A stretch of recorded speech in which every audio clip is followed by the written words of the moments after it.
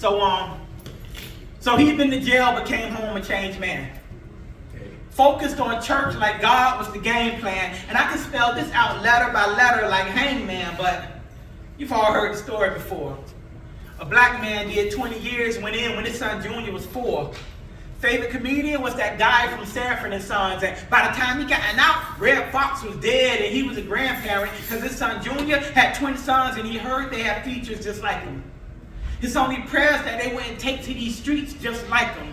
And it's ironic how we repeat these life cycles because the twins are 4 and Junior just got arrested.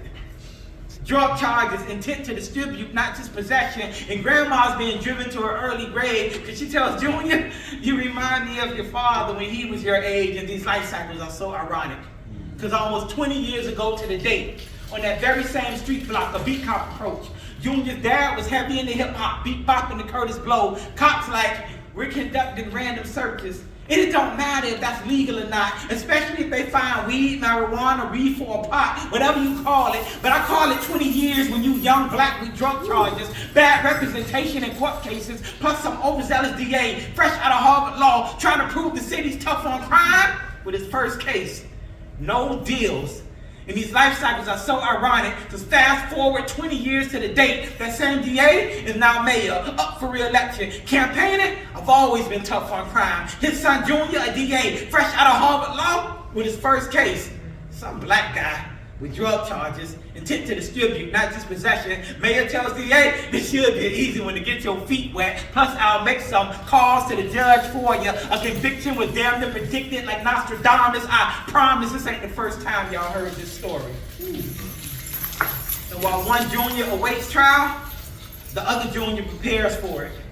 And while one Junior recalls Saturday morning ass sitting in bed watching the Smurfs with Dad, the other Junior recalls Saturday morning ass taking long trips to see Dad at these faraway places with these barbed wire fences, getting strip searched naked when he was only a kid at weekend visitations, having talks with Pops while sitting at tables. But it's like 20 years just elapsed in the midst of a conversation, and father and son just transpose souls, change faces and switch places. And if you can read minds, you know they're both simultaneously thinking, I can't believe I just gonna spend the last 20 years of my years of your life like this.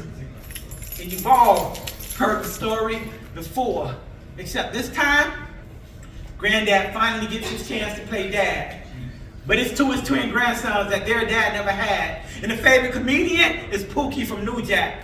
But Junior tried to play the role of Wesley Snipes and couldn't afford the price of the toll Florida put on his life. And for these 20 years, he'll get no sun pass. And the twin grandsons are like, where's Dad at? And Grandma's like, y'all remind me of your father. And life cycles are ironic because the mayor's wife just told Junior the DA, you remind me of your father, and how she never forgot his first case. This black guy with drug charges should have got off on an illegal search technicality, but had bad representation. Anyway, his name was Jamal Collins. He got 20 years, had a 4-year-old son. The DA is like, wait a second.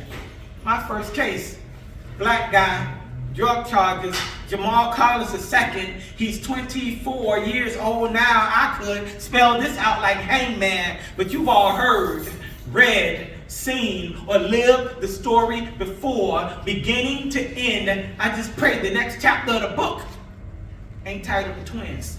Woo.